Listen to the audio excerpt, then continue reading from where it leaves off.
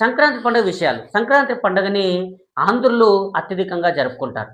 ఆంధ్రులంటే మన ఆంధ్రప్రదేశ్ వాళ్ళు.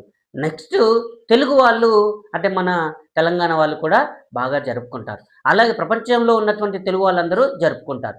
ప్రతి ఇంట్లో కూడా మంచిగా అసలు ఈ పండగ 3 రోజులకు ముందే అందరూ కూడా పిండి వంటలు, సకినాలు, అరిసెలు చేసుకోవడం ఆనవాయితీగా వస్తుంది.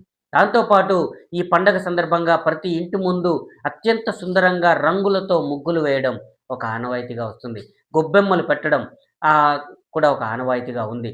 అలాగే ప్రతి వీధి వీధిన గంగిరెద్లు, హరిదాసులు వచ్చేసి మంచి కోలాహలంగా ఒక కొత్త బట్టలతో అంత పండగ వాతావరణంతో ప్రతి ఇల్లు కూడా ఆనందాలతో, పిల్లా జల్లలతో మంచి ఇదిగా ఉంటుంది. ఈ సంక్రాంతి పండుగ సందర్భంగా ప్రతి రైతుకి తన పంటంతా కూడా ఇంటికొచ్చి, గుమ్మిలోకొచ్చి అలాగే కొంత పంటని అమ్మి డబ్బు రూపంలో కూడా తన ఇంట్లో బీరువాలో కూడా డబ్బులు, ఒక పక్క ధాన్యం అన్నీ కూడా కన్నుల పండగగా రైతు చేతి నిండా డబ్బులు కూడా ఉండేటువంటి క్రమం ఈ సంక్రాంతి పండుగ క్రమం. ప్రతి ఇంట్లో ఉన్న ఆడపిల్లలకు పెళ్ళిళ్ళై కొత్త అల్లుళ్ళు కూడా వచ్చిన సందర్భం ఈ సందర్భం. అందుకనే ప్రతి ఇంట్లో కొత్త అల్లులతో ప్రతి ఇల్లు కలకలలాడుతూ ఉంటుంది. సిరి సంపదలతో ఈ సంక్రాంతి పండుగతో కలకలలాడుతూ ఉంటుంది ప్రతి కుటుంబం. మరి అంత ఆనందాల కోలాహలం మధ్య జరుగుతున్నటువంటి ఈ సంక్రాంతి పండుగ 3 రోజుల్లో మొదటి రోజుని భోగి అని అంటారు. ఆ రోజు భోగి మంటలు ఇంట్లో పనికిరాని వస్తువులు అన్నీ కూడా చెక్కలు, ముక్కలు అన్నీ తీసుకొచ్చి అందరి ఇళ్ళలోంచి ఆడేసి మంట పెట్టుకొని ఆ దహనం చేయడం వల్ల మన యొక్క సమస్యలు, మన యొక్క కష్టాలు, నష్టాలన్నీ దెబ్బతో పోవాలని చెప్పేసని భోగి మంటలు వేయడం ఆనవాయితీగా వస్తుంది.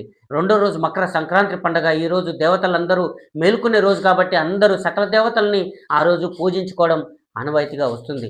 మూడో రోజు కనుమ. అంటే ప్రతి ఇంట్లో వచ్చినటువంటి అల్లుళ్ళకి మంచిగా వినుల విందు, కనుల విందుగా అన్ని నోటికి కూడా ఇంపైనటువంటి అన్ని రకాల వంటకాలు చేసి పెట్టుకోవడం ఆనవాయితీగా వస్తుంది.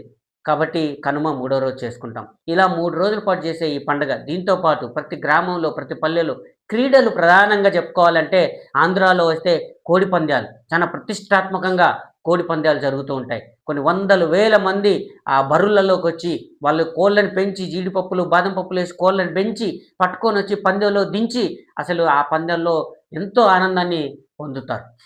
విజేతలుగా నిలవడం కోసం ఒక కోడికి పందాన్ని పెట్టి చాలా అద్భుతంగా వాళ్ళు దాంట్లో ఆనందాన్ని పొందుతారు. అలాగే గ్రామీణ ప్రాంతాల్లో గ్రామీణ క్రీడలు. ప్రధానంగా తెలంగాణలో గ్రామీణ క్రీడలు అది కబడ్డీ, వాలీబాల్ లాంటి గేమ్స్ పెట్టి విజేతలకు ప్రైజులు ఇవ్వడం మండల స్థాయి, గ్రామ స్థాయి, గ్రామ పంచాయతీ స్థాయిలో ఈ క్రీడల్ని నిర్వహిస్తూ ఉంటారు.